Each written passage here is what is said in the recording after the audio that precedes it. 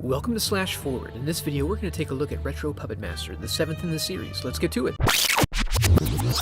We open on a promising scene. It's 1944 near the Swiss border, and we're welcomed by the sharp, penetrating gaze of the true Puppet Master, returned to save us all. But don't get too comfortable. He's mostly here to set up the pretense for yet another movie that describes his backstory. This is initiated when Blade finds the head of one of Toulon's early puppets, Cyclops. Toulon, delusional from hunger, immediately begins to hallucinate about the old days in Cairo, where an unknown man, freshly in possession of Zootek's secrets, is running from several other men. They unleash the power of Zootek upon him, but with minimal results, and he gets away. In response, Zootek goes through a whole thing here, the result of which is that he unleashes 3 mummies to go track down his secret and return it to him. We cut to a young Toulon, done up like a proper Parisian fancy boy in 1902, preparing for a show with his bros. Meanwhile, at the Swiss embassy, Ilsa is looking for an opportunity to bust out and sow some wild oats. Don't go into any opium dens. Ooh, that leaves the board pretty well open. With a world of possibilities ahead of her, she ends up at a puppet show? Aw, and they're not even marionettes. Toulon reveals himself to the audience and proves to be an ineffective fluffer as he meekly whispers at them pre-show. We're then left to wonder how they managed to sell out the venue as the puppets monologue poetically about the nature of hell and free will.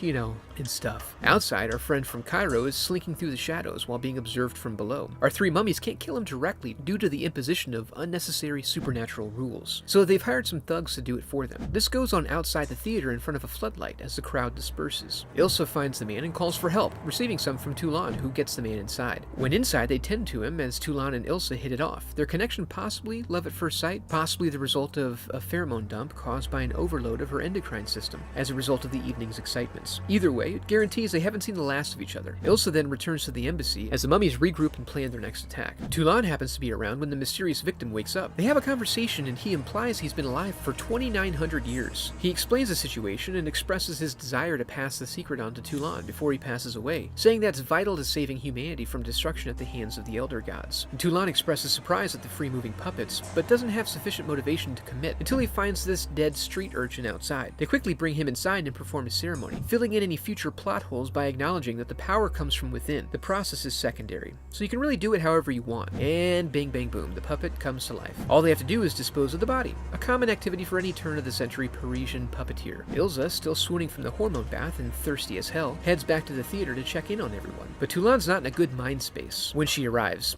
Back. Please, come back. He's distracted by his disobedient puppet and brushes her off. Just then, several men arrive at the behest of Ilsa's father to take them both back to the embassy. Working hard to rein in her adventurous nature, he informs her of his plan to send her back to Geneva and keep her under lock and key until then. The next morning, the talisman of protection falls from the doorpost, and the mummies gain access to the inner sanctum of the theater, immediately going into action. Well, kind of. They actually proceed in slow motion and continue in this way for some time, hitting puppeteer after puppeteer with some After Effects quality magic that apparently causes lower GI discomfort and eventually death. This guy fires on them and gets 3-weight in the face. The Egyptian finally joins the party just in time to save no one, and then kills himself. Toulon arrives to find the aftermath of the destruction and immediately goes to work. Face down, ass up, he quickly begins poking them and invoking that magic. Now in a hardcore state of mind, the puppets load up and prepare for battle as Toulon gets his letters scarified into his shoulder. Oh yeah, that'll keloid nicely. But he doesn't have to go far for the murder party. His magic alerted the mummies, who arrive back at the theater. They all have a slow, uneventful standoff, ending with T and the troop escaping despite Toulon throwing a hip. Zootek cheat codes 2 of the 3 mummies, giving them another chance along with additional power, which they diffuse into their faces. As they determine their next steps, they find a picture of Ilsa and conclude that she is the love of Toulon's life. Hey, don't put that on them, they've only met twice. They arrive at the Vitronox factory and abduct her, only being met with a flaccid resistance. And then they send Toulon a dream so he knows what's up. Toulon boards the appropriate train and works his way to the final boss fight. The powered-up mummies quickly succumb to pounding and stabbing. Ilsa is saved and, as they say, the rest is some sort of ill-formed, chronologically elastic history. The movie is bookended with what we actually wanted, but Guy's role is relegated to relieving the series of a plot hole and offering up a potential sequel. That is another story, which I will tell you at another time. Which you're not going to like, trust me.